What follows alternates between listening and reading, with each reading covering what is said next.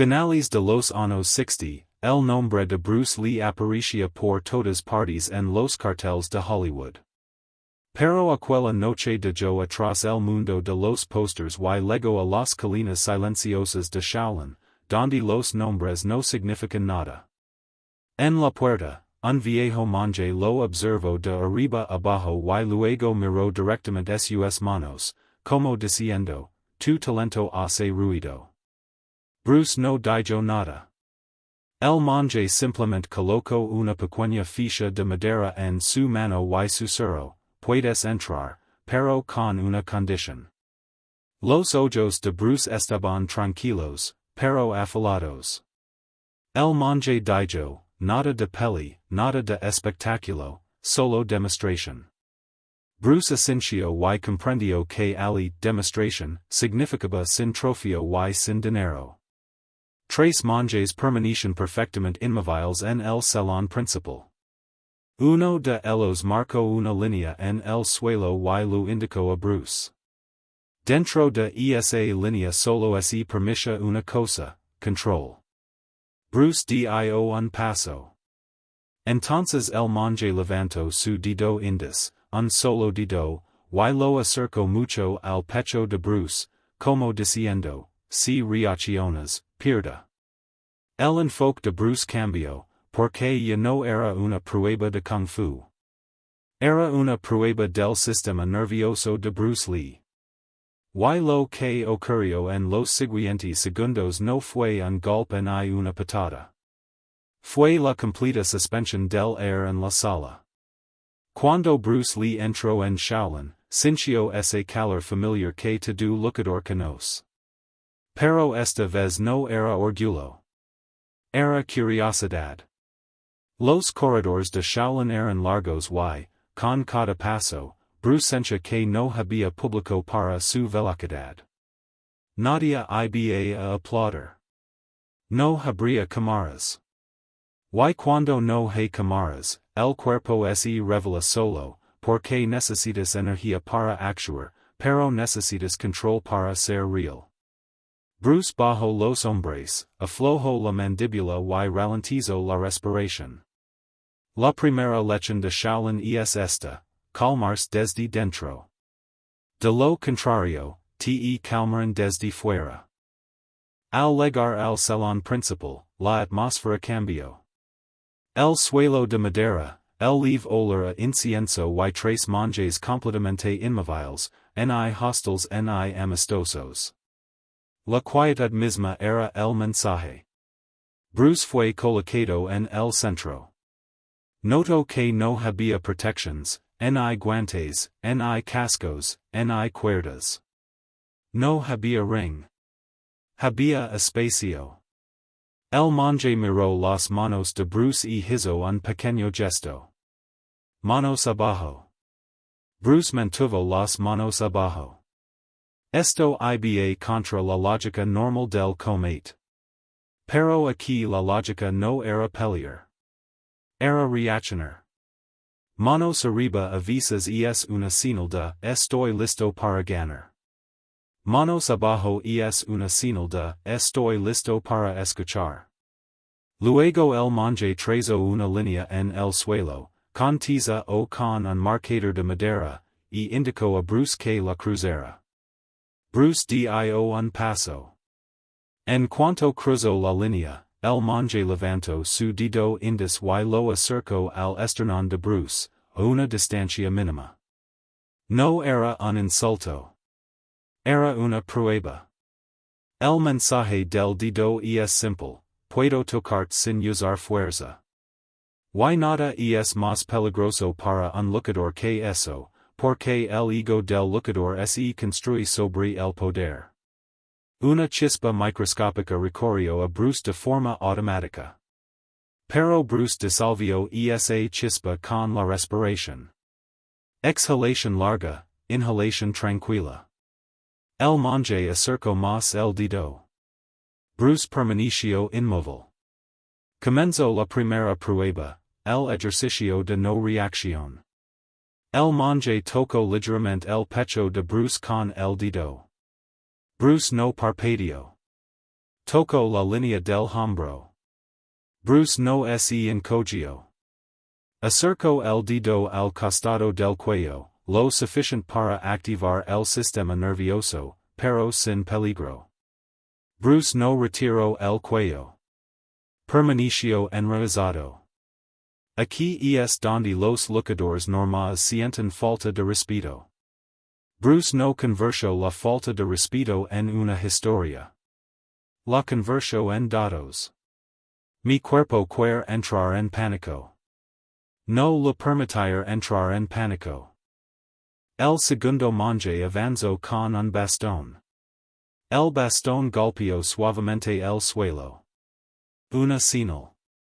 El propósito del bastón no era golpear, sino controlar la línea.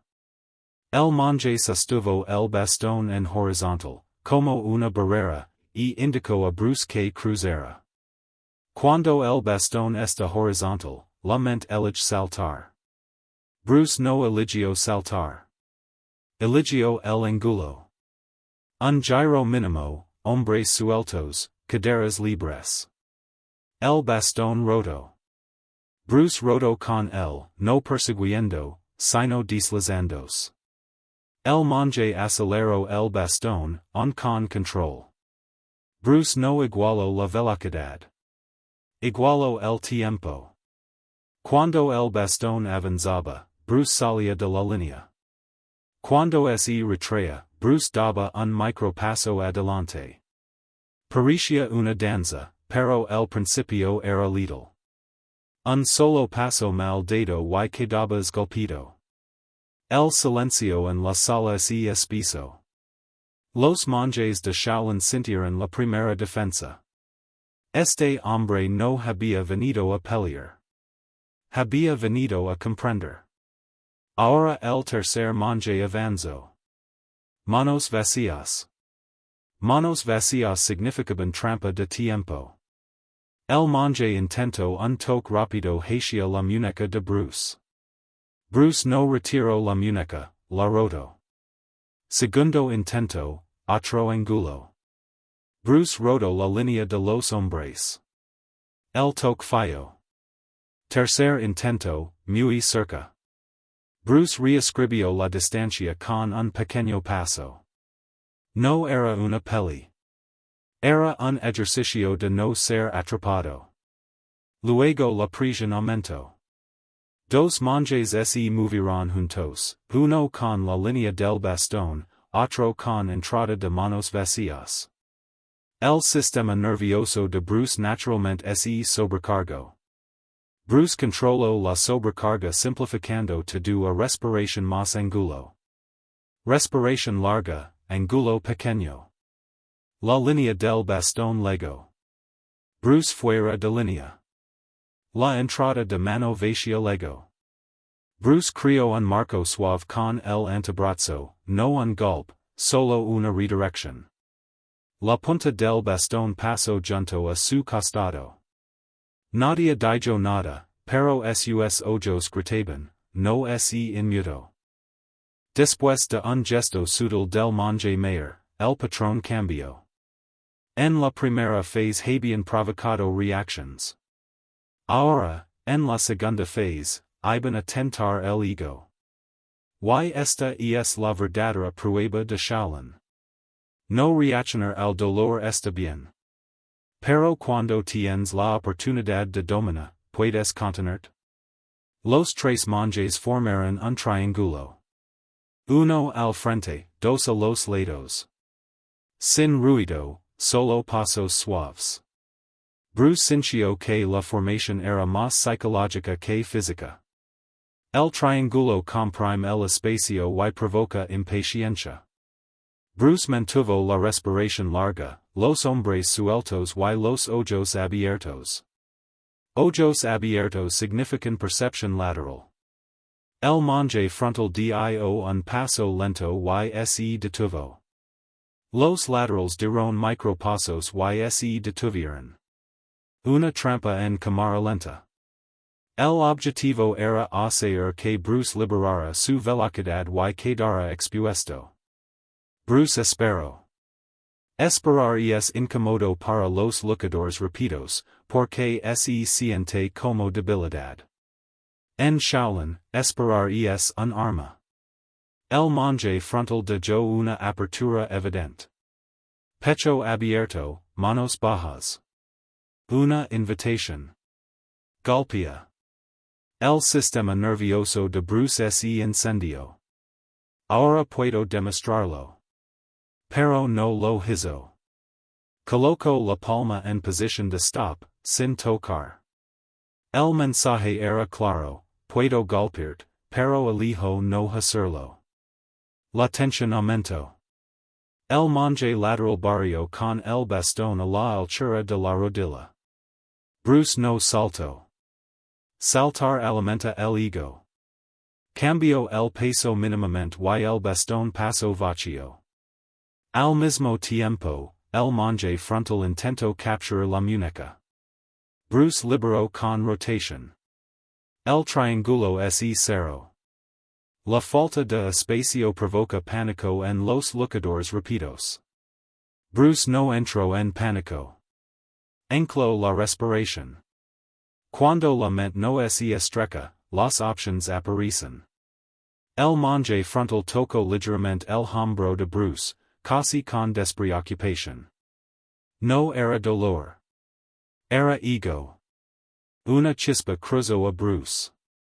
El Bruce joven habría reaccionado.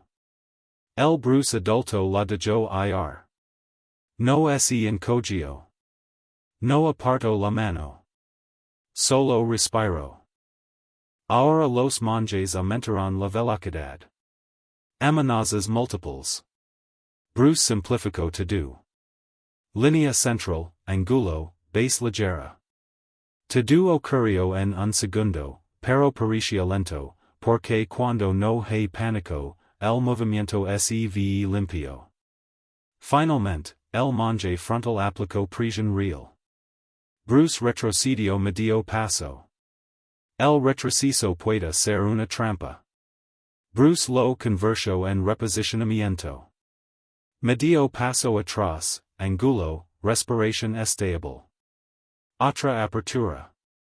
Bruce levantó la palma lentamente, como una señal de alto. El mensaje era brutal, puedo terminar esto, pero no lo haré. El monje mayor hizo un gesto. El triángulo se disolvió. Solo uno frente a Bruce. Tentación máxima. Bruce bajó las manos otra vez. El monje entró rápido. Bruce tocó la muñeca suavemente y guió la línea del hombro.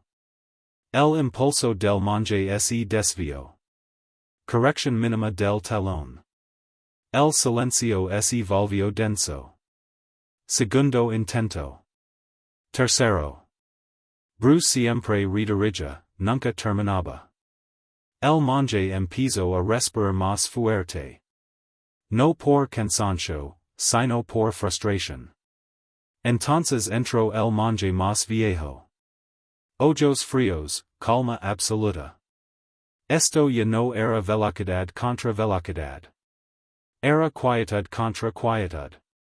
El monje levantó un dedo. Un solo dedo. Y lo acercó al pecho de Bruce. No te detendrá con poder, sino con control. Bruce no reaccionó. Respiración larga. El dedo tocó el esternón. Luego el hombro. Luego el cuello. Bruce no parpadeó. El monje intentó un empujón de hombro. Bruce dio un ángulo. Vacío. Luego vinieron los casi golpes, sin contacto. El objetivo era fatigar el sistema nervioso. Bruce simplificó todo a dos comandos, respirar y moverse pequeño. Finalmente, el monje hizo una entrada comprometida. Bruce respondió con velocidad, pero no como ataque. Se colocó fuera de línea y dejó la palma en posición de stop. Sin contacto. Silencio absoluto. El monje entendió. Bruce no había venido a vencer. Había venido a comprender. El monje mayor habló por primera vez. El control es fácil en silencio. Ahora muéstralo cuando se te ofrezca respeto. Le trajeron una taza de té. El asa apuntaba hacia Bruce. Un gesto claro, ahora eres invitado. Bruce tomó la taza con ambas manos. Bebió con la misma calma que había mostrado en la prueba. El monje dijo. Viniste rápido, pero te quedaste vacío. Vacío no significa débil. Vacío significa sin ego. La mayoría quiere ganar. Ganar es ruidoso. El control es silencioso. Luego añadió la regla final. Si tocas primero, pegas primero. Bruce comprendió. El dedo era para revelar intención. Los dedos no duelen, pero provocan reacción. Bruce no reaccionó. Por eso la historia se susurra, no se grita. No hubo fotos, ni trofeos. Solo la ficha de madera fue devuelta. La bala afuera, no adentro. Bruce la sostuvo con ambas manos y se inclinó profundamente. No era una actuación. Era rendición al ego. Cuando Bruce dejó Shaolin, él era dentro de él era distinto. Antes estaba listo para atacar. Ahora estaba listo para controlar. Esta no es una historia sobre pelear. Es una historia sobre evolución. La mayor arma de Bruce Lee no fue su velocidad. Fue su capacidad de controlarla. Shaolin no le dio una peli.